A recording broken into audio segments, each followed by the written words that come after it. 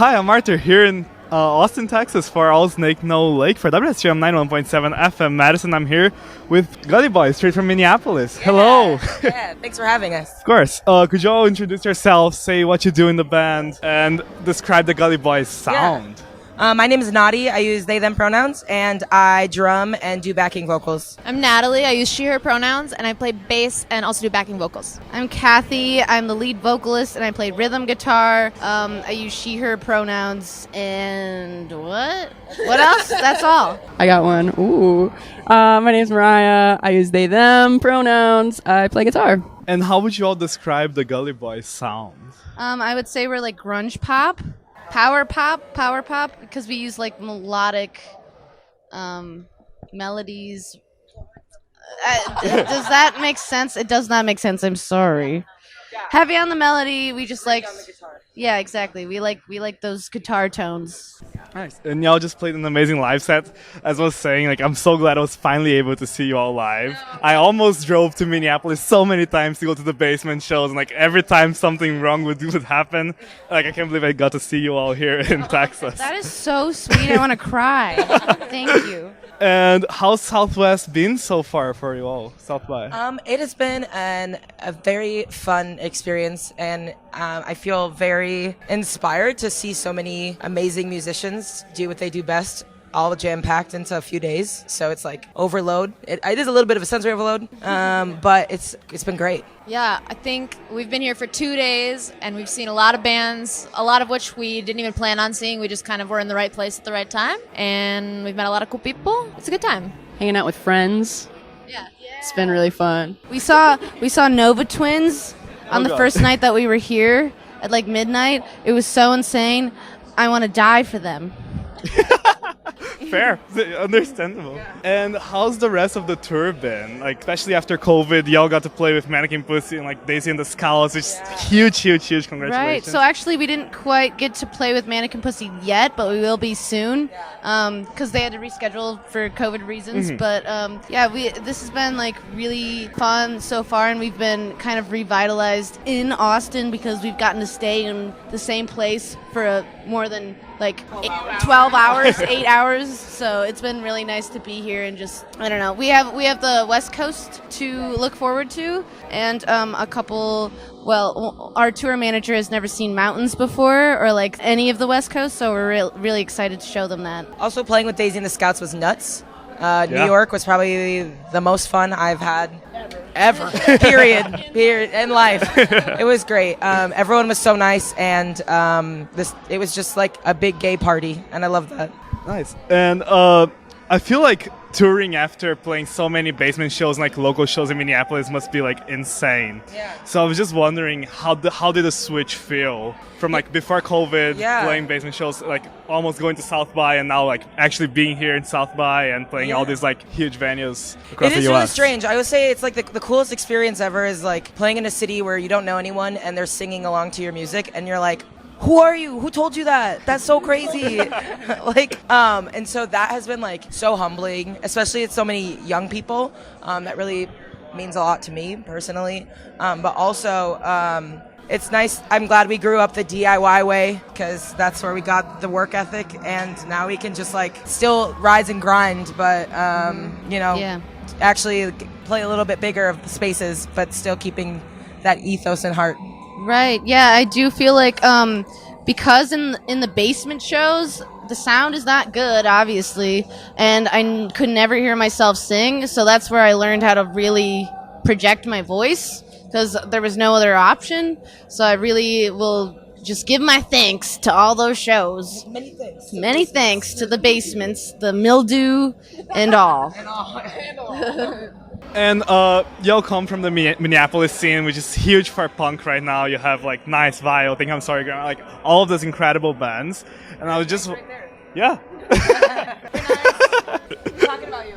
They're so nice. 3 eyes. 3 eyes and a period.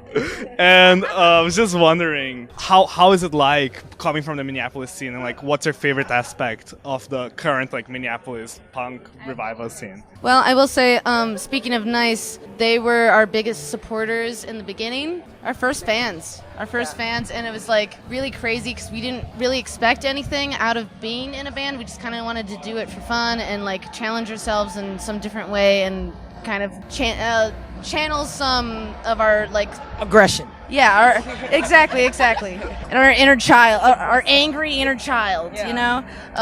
But it's been great because we can make those connections really quickly and easily. But I will say we kind of want to expand now. Yeah, I feel like Minneapolis like has really like swaddled us with love and support, which has been really like invaluable. Like it's like I can't believe that, and it makes me feel really thankful for our community, both like in the music scene but also outside of it. Like people really show up because they really want to see you succeed, and so that feels really cool. And that's like I feel like that's very special to Minneapolis, especially having toured a little bit, going to other scenes. It's like I do feel thankful for what we have at home, but also it's very small, so we want to challenge ourselves again and go try big.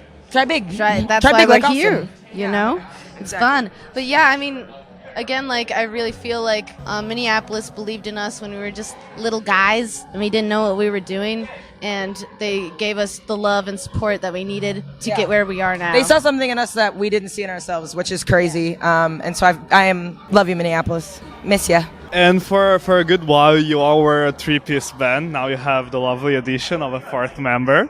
And I was just wondering, how did that change the dynamics of the group? How has it changed the songwriting process? How has it changed the live performances? How has it been? Yeah, of course. It has like completely revitalized a lot of our old songs. It's like we've been trying to sound big and full for like 5 years. For always. And we're always like, why aren't we loud enough? And we just need another guitarist. And Mariah absolutely shreds. Also, they actually know what they're doing musically, so they bring an element of like knowledge and wisdom. They know what the notes are. They know music theory. Right. The old man. They can speak that language. So we've fully leveled up. Oh, thanks. That's so nice. I love it when people ask that question and then I can just listen to bask in the glory. I mean, how has it been for you, being Gully Boys? Friggin' awesome. Yeah, no, I've known these guys for a long ass time. Yeah, we were babies. Yeah, I think I must have gone to a show in 2017 or something.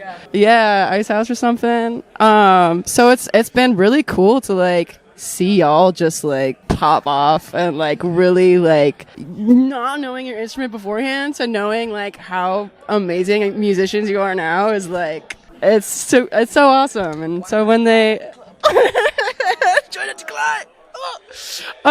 So yeah, I was super excited when they asked me to play because I was like, wow, I just like believe in what you're doing so hard and want to be a part of it, and now I am. That's really cool. Yeah, and you mentioned like your origin story is insane. Like the whole rag song, not knowing how to play instruments to just making all this amazing music. And I was wondering like, how is it like playing punk, playing like all this pop punk now? How is the scene like now to you all compared to what the songs from the bands that you like grew up listening to? And what do you see like Gully Boys' place in the punk, like pop punk, power pop scene right now? So we would not be a band if Panic at the Disco did not exist, and that is just simply a fact. That is just simply a fact, and that's how we started. Because Kathy and I used to work together, and we were closing one day, and we were like, "Oh my God, I have something embarrassing I want to admit to you." As grown ass adults, we were like, "I love Panic at the Disco." Who doesn't? I know, Right? And that's the thing is, but you're always like, "Are you a PATD fan?" Here's the thing, though. We're not just fans. I knew their middle names. I knew where they grew. I would have been that guy. I wasn't that guy. But someone I used to blog about Panic at the Disco on Tumblr.com, and there was someone who went to Brian Ross's house and stole his mail. I would have done that if I were close enough. But I didn't. That is a federal crime. Okay. It's okay. I'm not admitting to anything I if know. I didn't do it. You didn't do it. So... But I mean, like, I feel like, so like growing up, I like I loved that. And I had always wanted to be a part of it, but I didn't know how to. It's like I didn't really know how to play the guitar. I was in orchestra, so like not cool, but like cool. And so like I didn't really know how to like figure it out. And so when I met these people and we all had like the shared roots of like where we came from, we were like, oh, we can figure this out together. And so I feel like that is like also just really punk in itself, where you're like, I don't see this, so I'm gonna make it happen myself. Also, like there was just not one of the things that is not super cool about Minneapolis is at the time there's just not a lot of diversity. It's definitely getting better now. We could still use more black femmes of all genres to be playing, but specifically punk music. If you want to join a band, you should start a band with your friends, even if you don't know what you're doing. But yeah, so I feel like that like really made us figure out what we were, because we were like, oh, we're not punk, but like I feel like maybe sonically we're not punk, but we do have like punk values and like crusty. So Crusty. and we're We're crusty so and sweaty and gross. that adds up. So I feel like we're like punk adjacent, where we like have a lot of respect for the what people who actually play punk music do, but also know that we're just like right next to it. But Yeah, we're also just like huge fans of like early 2000s music. We had this huge playlist that Nadi made in like 2014, and on the way here we were just listening to like, what were we listening Jesse McCartney. We were listening to a lot of Britney Spears, In Sync and Mint Condition. Listen, I know that's not early 2000s, but we're so into boy bands, and we want to be we are a boy band. Okay, we are a boy band. and I don't know, there's just like a whole lot that we're a fan of, and I think what it comes down to, without knowing how to play our instruments very well, is just having good taste. I honestly think we have great taste in music. And so it's like what we're listening to, it's not just punk music. It is like a lot of like R&B and other genres, and we write not writing for a specific genre, which makes it hard to like put ourselves in a box when people ask what genre we are. Like, I don't know. We've made up genres. At some point we called ourselves like neo-punk rock. I don't know what the fuck we're... Neo-emo. We didn't know what the fuck we were doing, because it didn't seem like a genre that was around. Yeah, it works fun. Yeah, okay. I would also say though, like growing up like black, it was like there wasn't a lot of people who looked like me at shows, and so especially also just being not a cis man, I would go to shows and like people would be like, "Do you even know this band?" Like, I've been here since 1 a.m. Yes, and so I feel like it's really important to me to like try to open more doors than were open before, to like, because rock and roll rocks, and it was invented by black people, and there should be more black people rocking and rolling, in my humble opinion. So like just like trying to, I feel like that's also just punk, like just rules aren't really rules, they're just made up. They're just suggestions. Bad. You told me to do the wrong thing. I'm gonna do the opposite. But yeah. And another thing, like with Gully Boys, is that back when your van got stolen, that whole thing sucked. I felt like there was an overwhelming support of the DIY Twitter community, and I think that your Twitter is just like amazing. Y'all are really good at just like managing a fan base and just being on like DIY Twitter. And I was banned from our Twitter recently. I tweet too many inappropriate things. What was the last tweet? Okay, I won't. So we made another Twitter where it's called Gully Shits, where I shit post, and that's where I'm allowed to post my stream of thought, which is mostly inappropriate all the time. ADHD brain. Live. Also, it's really funny because you can tell when I tweet, because it's like, here's our next show, here are important information, and then Kathy tweets, and Kathy's like, bah! And I like that. Here's my favorite SpongeBob joke. Yeah, it's a good balance. Exactly. I feel like it's an honest reflection. So it's chaotic in a good way. And another thing, we're also here with Emmy Magazine, and every semester we have like a different word that describes the issue. We had like bop, glitch, crush, fuzz, and this semester we're doing the dare issue. So I was wondering if you could tell me what's daring about Gully Boys. How do you all see yourselves fit the dare issue? Daring. I feel like daring is like, I don't know, taking a risk and being on stage in front of people and singing into a microphone is like makes you extremely vulnerable and feel extremely vulnerable. And so I think we used to be much more nervous before shows, but I think still a lot of times we're like, I don't know, we get insecure and we're like, I don't know if people really like us or Like, do I remember how to play the music? remember how this goes? But then we go out there and do it anyway, and I don't know. We're not quiet about it. Kathy's screaming up there. Yeah, I will say, when I was younger, I used to have like extreme anxiety, like so much so that I was like kind of a hunchback, and I was like always looking at the floor, like real sad and quiet. But really, I just had so much emotion inside of me, and now I feel like I can finally, like, this has been like exposure therapy for me, where I can really be myself. I can really put myself out there without being so afraid as much as I used to be. So I don't know. That's daring. Yeah, I think that's daring.